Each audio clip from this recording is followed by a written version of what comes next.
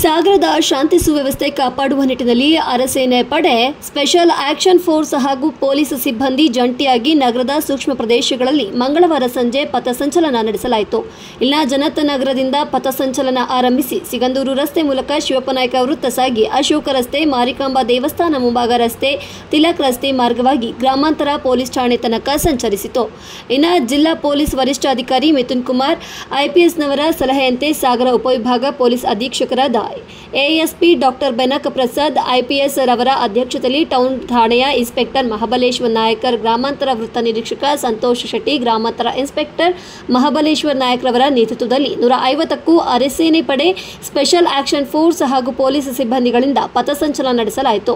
ಮುಂಬರುವ ಗಣೇಶ ಚತುರ್ಥಿ ಹಾಗೂ ಈದ್ ಮಿಲಾದ್ ಹಬ್ಬದ ಪ್ರಯುಕ್ತ ಈ ಪಥಸಂಚಲನ ನಡೆಸಲಾಗಿದ್ದು, ಹಬ್ಬದ ಸಂದರ್ಭದಲ್ಲಿ ಶಾಂತಿ ಸುವ್ಯವಸ್ಥೆಗೆ ಭಂಗ ತರುವ ಸಮಾಜಘಾತುಕ ಕಾರ್ಯಗಳಿಗೆ ಕಡಿವಾಣ ಹಾಕುವ ಮೂಲಕ ಸಾರ್ವಜನಿಕರಿಗೆ ಆತ್ಮಸ್ಥೈರ್ಯ ತುಂಬುವ ಕೆಲಸವನ್ನು ಪೊಲೀಸ್ ಇಲಾಖೆ ಮಾಡಿದೆ.